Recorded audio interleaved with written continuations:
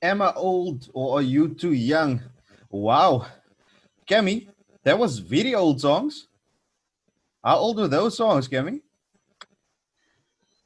Actually, that took me back to the teenage days. That was a bit, that took me way back, sir, way, way back.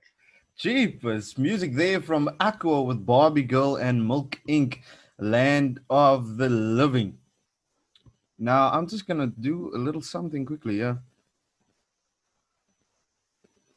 There we go. Juan De Jongh, can you hear me? Hey guys, I can hear you. Juan, how's it, brother? I'm good. I'm good this side and yourself. I'm good. I'm good. Well, we just had a segment of the show called "Am I Too Old or Are You Too Young?" Do you still remember Barbie Girl by Aqua? That's way back, yeah. But I've got idea. I've got ideas. I must say, it's very cold in Cape Town. The sun is shining, but I know it's probably really good in the UK. Nah, not really. It's actually very cold this side as well. It's raining actually. They say it's summer, but this summer it's Never kind of summer. semi winter, yeah. So Never it's still summer. cold, yeah. So we're still waiting for the sun. Hopefully we'll get it in the next couple of weeks, yeah. Yeah, man, it's good to have you with us. I'm gonna hand over to Cammy. We've got a segment of the show that we call "Spill the Beans," and he's gonna just run with you through that quickly. Cool. Okay, Shawnee, great to have you with us today first. So what we're going to do is I'm going to fire 10 questions. We'll first do it with you, and you're either going to answer this or that, okay? So the question is going to have it's going to have two answers. You choose one of the two answers. Okay, cool. Okay, you ready? Okay, so text or voice notes? Dix, Android or Apple? Apple, Movies at home or movies at theater? movies at theater, Waffles or pancakes? pancakes, London or Cape Town?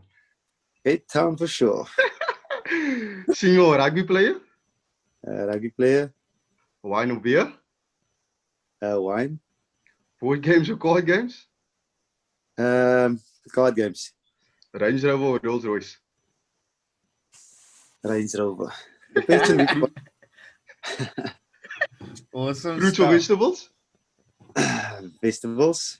Awesome. Okay, so that's just a quick icebreaker that we had. I'll back up with you, Hershey. Yeah, man, Joan, it's good to know that you chose a Range Rover. Is there a specific reason why I chose the Range Rover, though? Obviously, Range Rover was my sponsor for a couple of years when I was this. So, yeah, I love it. Yeah. Sorry, just don't mind me. I'm just having a cup of coffee. I hope you had one this morning. Cammy, how are you Oh, doing over there, man? say again? I'm good.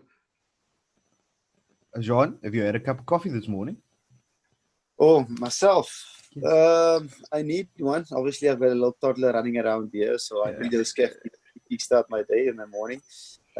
Yeah, so it's crucial. Yeah, I've got training in a couple of hours, so caffeine and energy is much needed. I can imagine there's quite a couple of questions that's flooding in, but can you tell the listeners who is Joan De Jongh? Who is Juan De Jongh?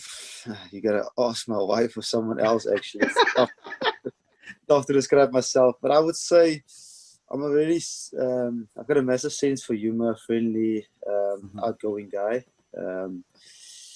Very chilled at stages, and just I think caring enough and loving. So there's a couple of points I can think and name of. Now, tell us, how do you balance your career, man? I mean, you've got such a busy schedule as a professional athlete, yet you still find time to laze away on the couch with little Emily. What's up with that? How do you do it? How do you get it right, man? Yeah, life's short, and at the end of the day, we don't have a lot of time, and you got to make the most of the time. Obviously, we're busy throughout the whole year with rugby and stuff. We've got one off day in the week, and then at weekends we play on Saturdays, and we got Sundays as well. So you don't have a lot of time to spend with your friends and family that much. So it's important for you to balance your life, but also you need to achieve your goals and work hard at the things you want to achieve. So yeah, as a professional rugby player, if you don't have that balance right, you might just put all your focus on one thing, and if that doesn't work out, it's sometimes tough for you to adjust. So it's important to have a good balance and in terms of where your focus is. And for me, it's been awesome just to spend time with rugby, spend time with friends, spend time with family. Obviously, I miss South Africa, miss the weather, miss Cape Town, miss my family as well. But yeah, we have obviously I had opportunity to come to Wasp side for a couple of years now. I've enjoyed it so far, and it's been good. My family's enjoying it. And yeah, we had some good time now, especially with lockdown. It was actually a good period for me just to spend time with little Emily, because obviously she's like 17 months old. Yeah. And at this period of time, they're growing so fast, and they've you want to be there for every little small moment when they crawl, when they walk, when they start doing little things. So that's been good for me, spending time with them. But like I said, yeah, it's all important just to balance yourself, making sure that you're not overworking or burn yourself out on the focus department, but just give a balanced lifestyle. Yeah, before Cammy takes over there, I just want to, do you have any advice for Cameron? Because Cameron's also a new father. So if you got any advice, just gooi it out there for Cammy. I believe he's struggling a little bit there with pajama How old is the little one?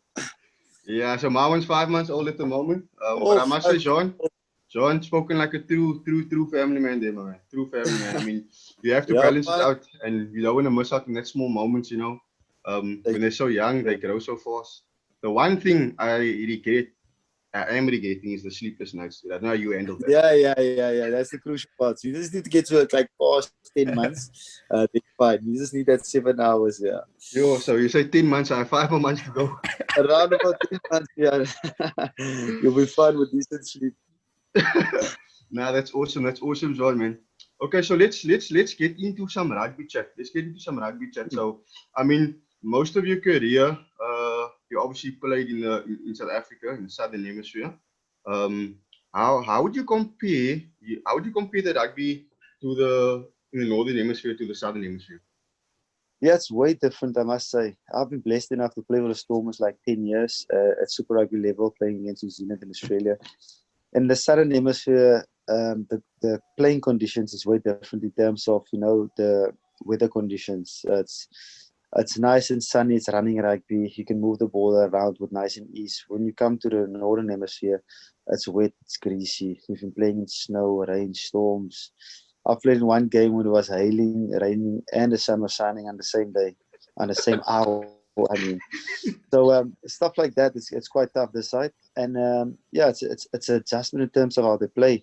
Super Rugby, it's quick and fast, and they've had a different type of thinking when it comes to rugby. We're in the UK, and even in the Premiership as well, they've got a other type of look at how you play the game. Obviously, it's a wet in any conditions this side, so you need to adjust your game in terms of maybe adjust putting more like a kicking game into it, or whatever the case of it is. And even the passing skill, smaller skill, like individual skills as well. So where Super Rugby, you can have like a nice little spin pass for a long period of time. Yeah, they do like the fop aangeven, soos hulle sal sê in Afrikaans. So it's very different, yeah. So I've been enjoying it because when I was in Cape Town for 10 years, I played for the Stormers. I played, I had an opportunity to play for the Springboks, SS7. So I've challenged myself in a lot of things. So when the opportunity came to come over this side and play in the UK, I told myself, listen, there's a good opportunity for yourself to test yourself in a different level. Because at the end of the day, I want to be the best you can be for yourself, because you'll only get like 12, 13, 14 years of a rugby career. And you need to take that opportunities and learn and grow. And I've learned and grow so much, working with guys like your James Haskell, your Danny Cipriani, Christian Wade, all those names that's here. You can just feed from that experience and take that experience that you learned from like Juan De Jongh, Jacques Fourie, all those guys in South Africa. And hopefully you can take that and give back in a couple of years from now. So for me, it's about the learning curve. Just experiencing this experience, not only experience it on the field, but off the field as well, seeing how the UK people live and do things. Getting used to the barbecue now. I miss my bride, but the barbecue.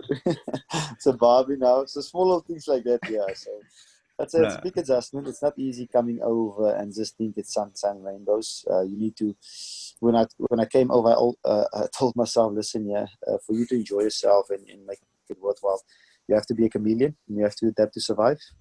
So that was my my trademark when I came over, to make sure that everything runs smoothly. Now, Another. I want to add a couple of things quickly, Cam. I just want to ask two things. Playing for a guy like De Jongh, who's a Welsh legend, and then knowing that, Warren Gatland used to coach there as well. The decision to move clubs or franchise, so to speak, was it an easy decision in the sense of, both Wasps and the Stormers had so much history behind the Yeah. two clubs? And then question number two, I want to know, how big is Nathan Hughes really? Question number one. It was a tough decision to move over. At the time, obviously there was a lot of things going on. I got injured in my last season that I stopped at 97 caps and I wanted to play 100 caps. And that was a little bummer for me, that niggled the decision to come over. And when I came over, like I said earlier, like the experience of the squad we had at the time, because, luckily enough, I had Ashley Johnson and Valilaru at the time, so it makes it easier for you to adjust, because they can show you their ropes, where to go, what to do, how it works this side. So it's always good to have a couple of South Africans, but I just wanted to learn from the best, man. Not from the best, from other, from the Northern Hemisphere. And working with all those guys has always been a blessing for me, and I've learned so lots in terms of how they do things. And hopefully I've grown enough, and in a couple of years, I don't know, wherever God takes me, I can give back to the youngsters and stuff like that, and just share my experience. On question number two, Nathan Hughes, he is a big lad. He is a big boy. I'm not too sure. I think he weighs about 130 kgs. Jeez. But he's a nice guy as well. He was here as well. He's playing for Bristol now at the moment. He was at Wasps at the time when I was here my first couple of seasons, and he's just a nice guy. All the Islanders is actually nice guys, I must say. I had one centre here, Gabby Lobolavu, all the guys that come from Fiji, Tonga, all those guys. I don't know, for some reason they just got like a softer side to them, a helping, caring side to them, which is good, man. It's good to have those guys in your life and share some good memories. Yeah.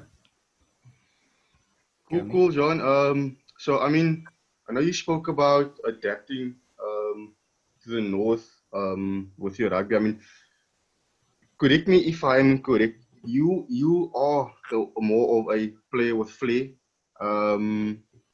So personally for you, where would you find it? Where do you find it better, playing in the north or in the south?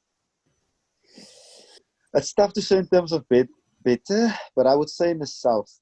Southern Hemisphere, Stormers rugby, it was, for myself as an individual. For yourself, it was nice, and I enjoyed it. Obviously, the culture in terms of South African environment, for me, it was easier. You need to adapt when you come to the English culture. It's way different in terms of what I was used to, and it's tough to explain it in so much words. But it's nice and dry. You can just run the ball. It's easy for you to catch and pass and to make quicker decisions.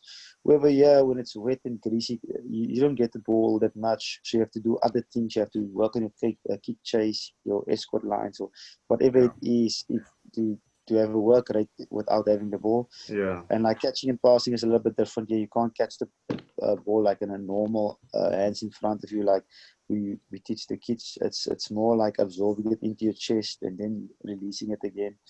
The passing, spin pass, you can't spin pass it in this weather. So all those things I've had to adjust. Obviously with being a light center, 88 kgs, not the biggest guy out there. You want to be.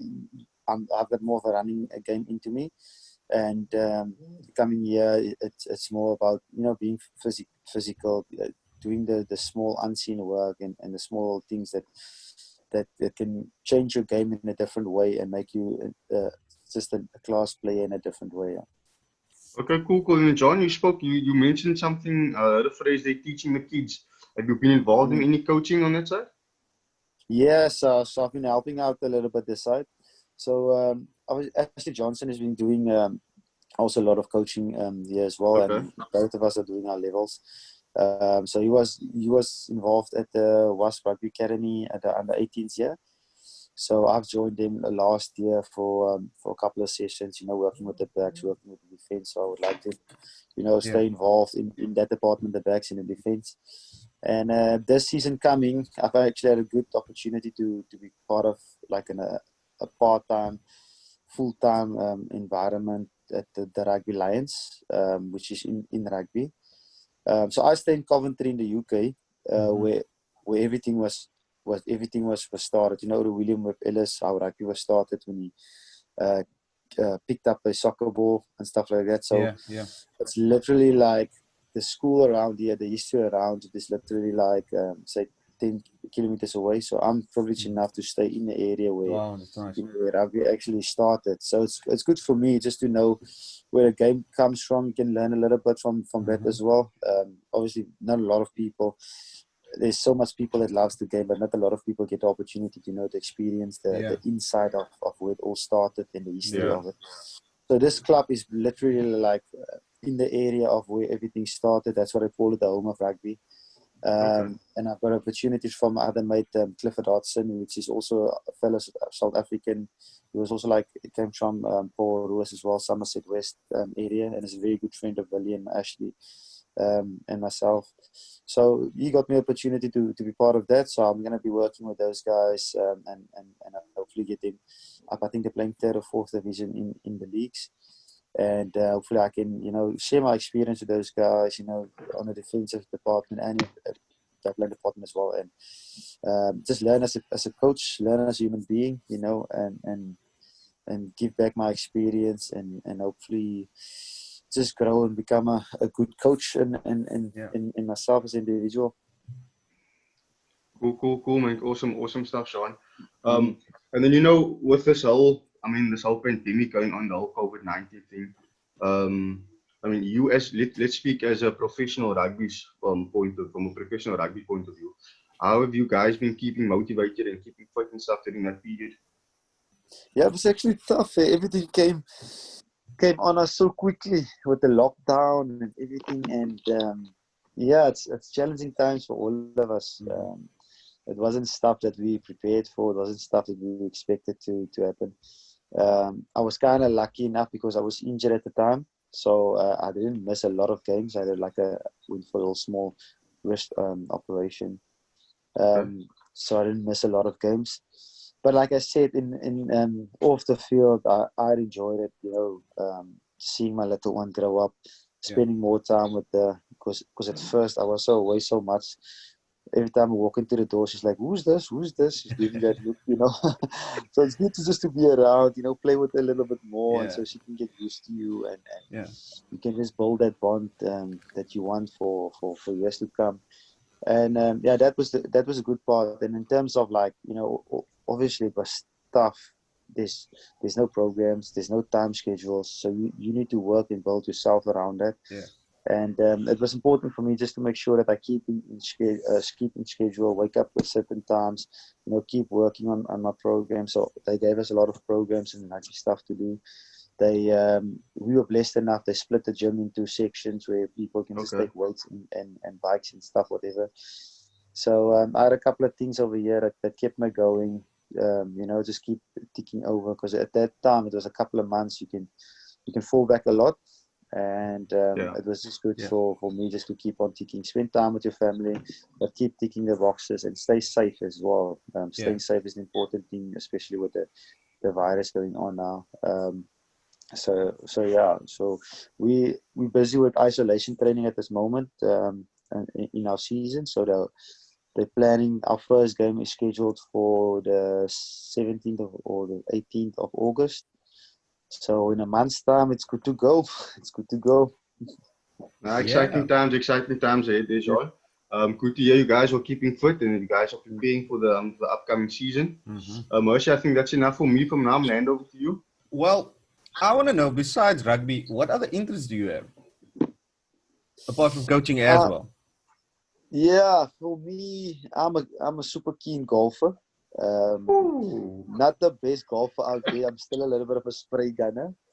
But I enjoy my golf. So most of the time I would just when I've got some free time and I would just go for a round of golf with the guys, because a lot of rugby guys here in the squad as keen golfers, and just normal stuff. Spend time with family and just up playing like PlayStation as well now and then when I got opportunity, and a lot of other things as well. Now we're gonna hold it there before we get into the Tutu Tigers Club. We're just gonna go to a quick ad break, and we'll be back with Juan after this.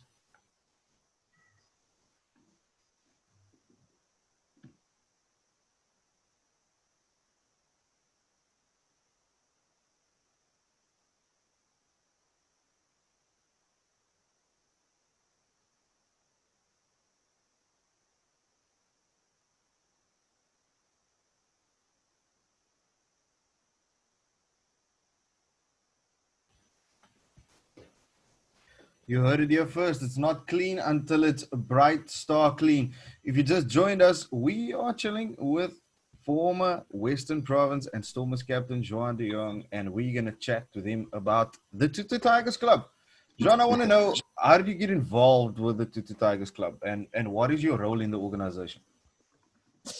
I got involved by a mutual friend that showed me the way, the guidelines to Jason, where he gave me the opportunity to be part. So he explained me the whole thing in terms of what the hospital wants. So it's Tygerberg Hospital.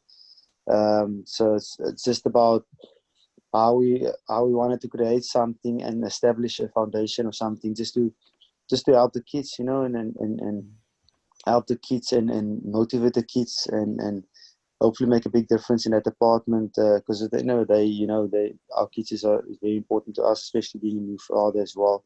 How important our kids is, and if a parent feels like that's important for us, is to reach out. So we got opportunity to start something with the Tygerberg Hospital, and I'm really excited for the journey ahead with the Tutu Tigers. I'm working with an incredible team.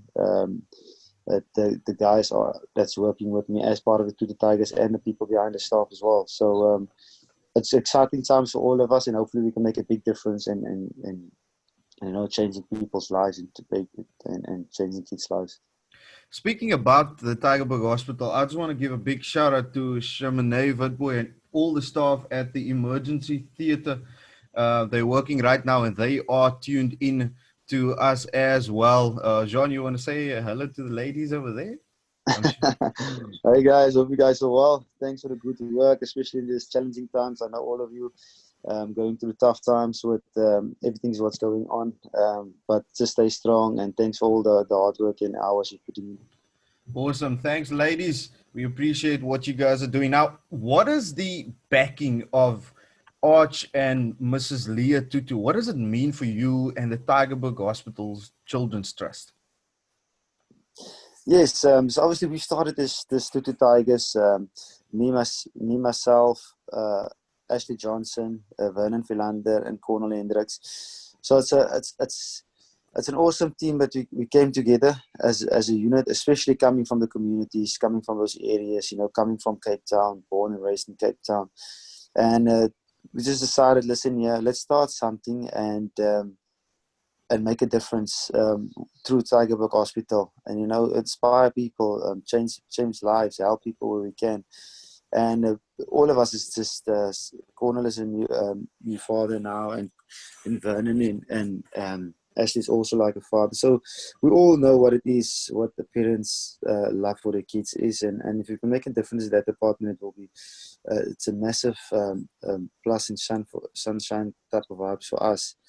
And coming together, creating this idea around about the Archbishop Desmond Tutu, because he started this now for a couple of years back now, and we just want to take it forward, because obviously it's such a great initiative and legacy that he left for all of us, so four of us, to take forward. And they've done some awesome work throughout this past couple of years, just making sure that everything is still standing, making sure that in helping kids and making a difference in kids' lives. And it's important now for us, the four of us that created this brand, now the Tutu Tigers, just to take that forward and help the people out there, help the kids out there, help with the early development and just put a smile on people's faces. And that's probably the most important thing. Obviously, we want to go out there and raise some money and get this and that and make sure that everything is all good, but at the end of the day, it's about making sure that people just smile and be happy in the situation that we are in. Yeah. Now, you chose a specific focus basket. Can you tell the listeners what it is and why? Yeah, the four of us, so there's 4 baskets. I've chosen general pediatrics, which is, it's just early childhood development and the health of the kids as well. So like I said now, being a newly father, I know how important it is, making sure that your kid get the best, because everyone wants to give the kids the best chance, challenges or whatever it is, just to grow as and develop as a kid. And if I can do that, it's just a massive plus for myself, because my basket is working with half of the Western Cape's kids.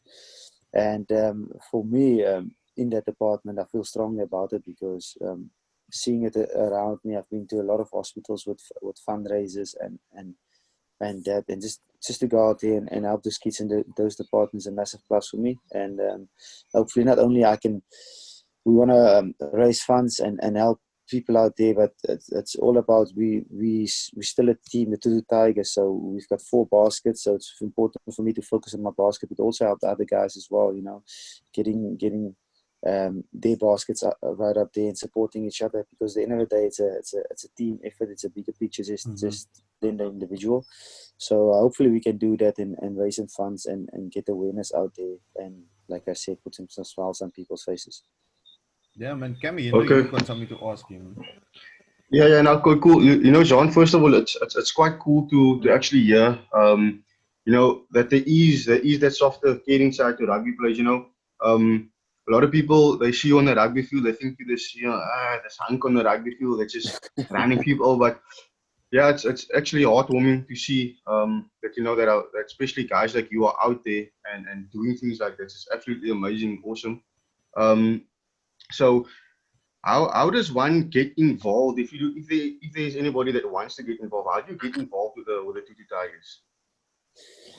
Yeah, so obviously we've got a lot of. You can just go onto our website pages on like Facebook and Instagram and stuff like that. We've got a whole page set up where you can just go out there. You can like pick a basket. You can just go to my name or Vernon's name or Ashley Johnson's name under the basket and donate some money.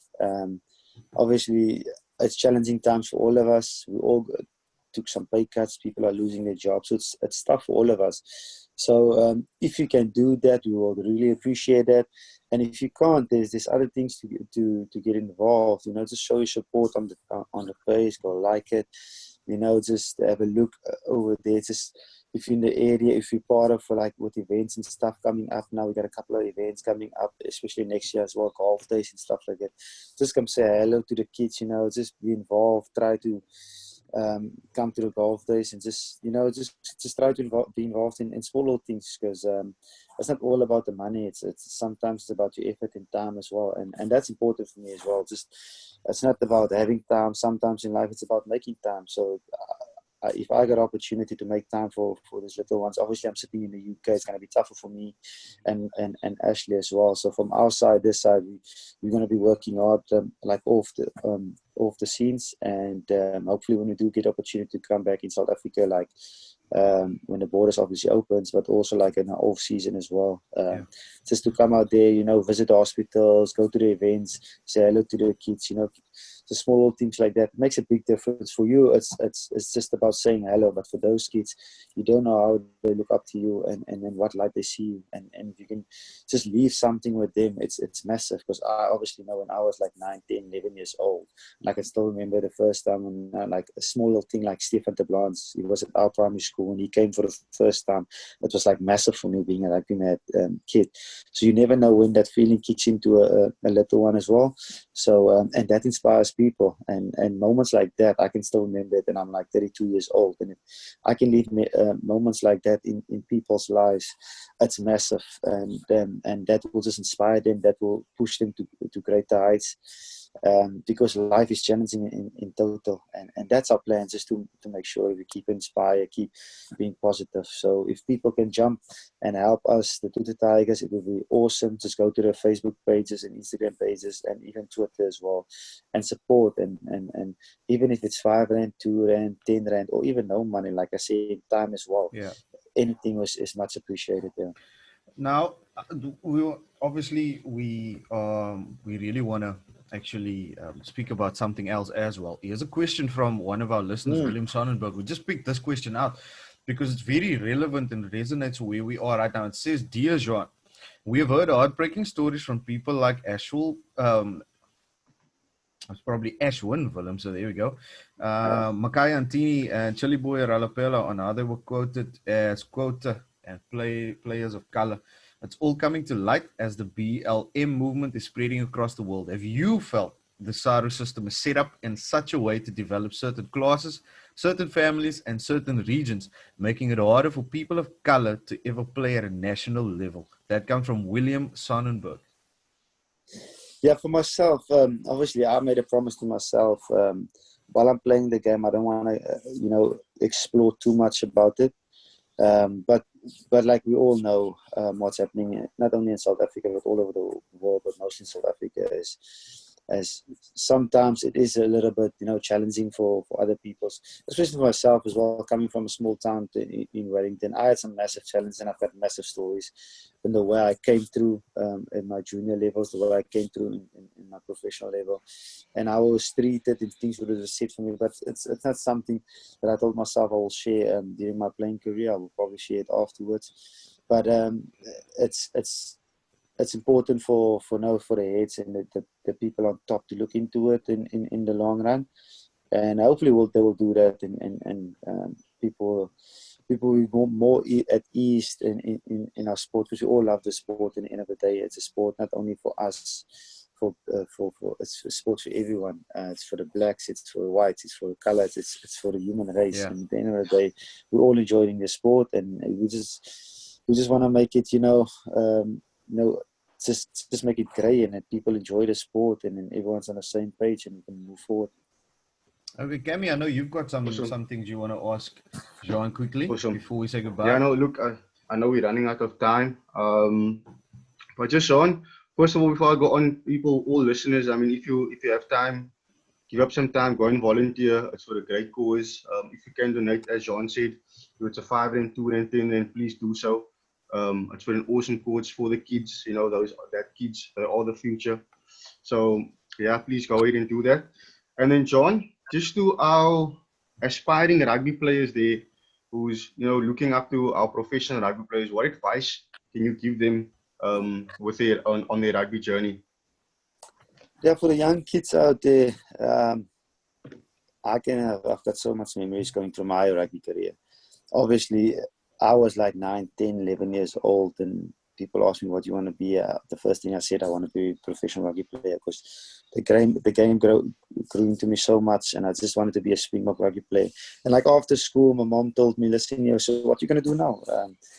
What you going to go study? And I'm like, Mom, please send me to a rugby academy. And she's like, nah, man, that's not geld in rugby nie, man. I study ietsie anders. I had the love for the game so much that I wanted to become a professional rugby player. So she did send me away to rugby academy for like 2 to 3 years, and I studied a little bit there as well. But it's challenging. It's challenging to become professional, and it all comes from hard work. And I had massive challenges in my career. I was injured for a year. I was injured for 6 months to 9 months. I had coaches told me we'll never become a Springbok rugby player, especially in a center position, because you're like 88 kgs and you're playing in a position where it's 110, 120 kgs. But I just told myself, and I had a quote, especially in those dark times, if it's very simple that I had behind my door. It's important to have your challenges and quotes, and you can push you through dark times. And it was very simple. It was only like, if it's to be, it's up to me. and it's like very simple. You just need to count on yourself to achieve something. Yeah. You can't rely on on your brother to run 1K and you want to be fit. So you got to put in the hard work. You got to be focused in what you want to achieve. And as soon as you set yourself onto one goal, don't let no one tell you you can't achieve that goal. Because at the end of the day, not even your mom, not even your family, no one. Because people, if they can't do it themselves, they want to tell you can't do it. And that's what I've learned throughout my career as well. Yeah. It's important to stay on task, stay focused, and just be positive, and don't let people tell you what to do. And obviously, there's going to be challenging times. You're going to be scared as well. I've been scared a lot of times, but it's you got to stay focused. And because obviously, I'm playing in every weekend for me, it's like a David and Goliath battle. I'm always the smallest guy on the pitch, but it was very simple for me. I just always tell myself I need to be the lion, because if size mattered, why is the elephant not a king of the jungle? You know what I'm saying? Yeah. So I have to always think of myself as the lion, not being scared, playing against Sunny Ball, Nonu, all those big boys, you got to be strong at heart. And you got to think about it in a positive way in terms of, okay, they've got size to the party. If I can stop the size and I can bring something else, can they stop me with my stepping ability or stuff like that? Yeah. So write your goals for the young people out there. Always work hard. Don't cheat. Never quit. Write down your goals behind your walls on papers and stuff like that. See it every day. Keep on working towards that goals and be hungry. And don't let negative people get close to your heart or close to your head. Just keep on working hard and staying true to yourself. We got 4 minutes Awesome, left, awesome, Cammy. John. Gooi. I know you got something to Yeah, say. no, I there, just want to say, John. nothing, no more questions. Just, John, it was awesome chatting to you. Great getting to know you. Keep up the good work. I think we need more Juan De Jonghs in this world. And hopefully we can catch up soon, man. Thanks for the chat. Over to you, Ash. Perfect. Thanks a lot, guys. Thanks for having me, guys. Yeah, It was man. really honored just to have a good chat with you guys and with you as well. You Yeah, guys take John. care. You're doing amazing work. Just a quick one, just quickly before we wrap up. Marius Tiart wants to know what's it gonna take. Our coach at NTK in Paro, he wants to know what it's gonna take to get you as a center partner at NTK once you're done in the UK. It's gonna take for him to call Cyril and opening the borders, and hopefully we can do that. Yeah, we will take it from there. Awesome stuff. You can catch Juan De Jongh and his London Wasps teammates open their season on the 16th of August at Franklin Gardens as they take on the Northampton Saints in the season opener of the Gallagher Premiership. All the action live on Supersport and BT Sports for our international listeners. Thank you, Juan, for your time. We wish you all the best for the new season, and we hope to catch up with you soon. Thanks, guys. Appreciate it. Thanks, Juan. That was Juan De Jongh, guys. And